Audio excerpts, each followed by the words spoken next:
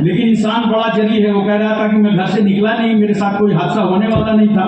اور یہ بات بھی صحیح ہے کہ اللہ ہی کو علم یقینی ہے، اللہ ہی جانتا ہے کہ حادثہ ہونے والا تھا یا نہیں تھا. چلو میں نے یہ بھی مانا کہ حادثہ بھی نہیں ہونے والا تھا، ڈیمانڈ بھی نہیں پوری ہوئی، تو تیسرا فائدہ دعا کا سنو. تیسرا فائدہ دعا کا سنو. یہ جو تم نے آمین کہا ہے، یہ تم نے خدا کا نام لیا ہے، خدا کو یاد کیا ہے، تو اس کا تیسرا فائدہ تم کو یہ ملے گا کہ میدان حشر میں اللہ تمہارے نام اعمال میں اس دعا کو نیکیوں کا ذخیرہ بنا دے گا. سبحان اللہ سبحان اللہ سبحان. تو پھر اس وقت مومن کہے گا کاش ہماری اور دعائیں نہ قبول ہوئی ہوتی اور آج سب کا صلہ میدان حشر میں مل گیا ہوتا. اس لیے دل جوئی کے ساتھ گھر میں بھی دعا کی کرو، تنہائی کے ساتھ. ایک بات میری اور یاد رکھو، 3 آدمی کی دعا رد نہیں ہوتی. ایک روزے دار جب افطار کے وقت دعا کرتا ہے، اور ایک عادل بادشاہ، جھوٹا اونٹا بادشاہ نہیں، عادل جو ہر گھنٹے میں جھوٹ بولے اس کی دعا قبول نہیں ہوتی ہے. یاد رکھو، عادل بادشاہ، اس کی بھی دعا اللہ تعالیٰ رد نہیں فرماتا. اور ایک مظلوم کی دعا، کبھی کسی پہ ظلم نہ کرنا، کبھی کسی کی پر زیادتی نہ کرنا، اس کی آہ سے بچو مظلوم کی. یاد رکھنا، جس کے ساتھ کوئی نہیں ہوتا اس کے ساتھ پروردگار عالم ہوتا. سبحان اللہ سبحان. مظلوم کی آہ سے بچنا، اس لیے کہ جب مظلوم آہ کرتا ہے اللہ کی بارگاہ میں تو وہ آہ آسمانوں سے صعود کرتی ہے، اور اس وقت اللہ تعالیٰ فرماتا ہے مظلوم میرے عزت اور جلال کی قسم میں تیری ضرور مدد کروں گا اگرچہ کچھ زمانے کے بعد. اللہ مظلوم کی مدد فرماتا ہے. تو دیکھو افطار کے ٹائم دعا کا ایک اہتمام کیا کرو. جیسے گھر میں افطار کرنا ہو، بچوں کو بیٹھا لو دسترخوان میں، بیوی کو بیٹھا لو، ماں ہو تو ان کو بیٹھاؤ، باپ ہو تو ان کو بیٹھاؤ، تم خود بیٹھ جاؤ، اور کتنے قسم کے کھانے سامنے رکھیں. 13 گھنٹہ اس رب نے تجھے بھوکا رکھا ہے، پیاسا رکھا ہے، مگر جب دسترخوان سجا تو 15 قسم کا آئٹم نظر آ رہا. اور اللہ کیوں اس وقت کی دعا قبول کرتا ہے؟ کیوں؟ اللہ کو معلوم ہے کہ اس کے ہونٹوں میں پپڑیاں پڑ گئی ہیں، حلقوم اس کے سوکھ گئے ہیں، شوگر کی وجہ سے یہ بے قابو ہو رہا ہے، مگر میرا خوف اتنا ہے کہ یہ پانی کا ایک قطرہ بھی نہیں پی رہا. یہ وضو کرتا ہے، یہ چاہے تو وضو کی حالت میں وضو کرتے کرتے مسجد میں 2-4 گھونٹ مار جائے. مار سکتے ہو نہیں مار سکتے ہو؟ بغل والے کو بھی نہیں پتہ چلے گا، جو تمہارے بغل میں وضو کر رہا اس کو بھی پتہ نہیں، وہ کام چل گیا یہاں. لیکن یہ ایک قطرہ پانی اندر نہ جانے پاوے، کتنا خیال کرتے ہو. یہ رب کا خوف ہے، اور اللہ اس خوف کو، اس ڈر کو بہت پسند فرماتا ہے. اس لیے لوگوں دعا کا اہتمام اپنے گھروں پر بھی کرو، دسترخوان پر بھی کرو. اور جب ایسی مجلسیں مل جائیں جیسے یہ ہزاروں کا مجمع ہے، ممکن ہے اس میں کوئی اللہ والا ہو، ہمیں نہیں معلوم، کوئی اللہ والا ہو، نیک بندہ ہو، تو جانتے ہو اللہ تعالیٰ اس کے صدقے میں سب کی دعا کو قبول فرما دے گا. آئیے محبت سے کھڑے ہو جائیں. صلاۃ و سلام.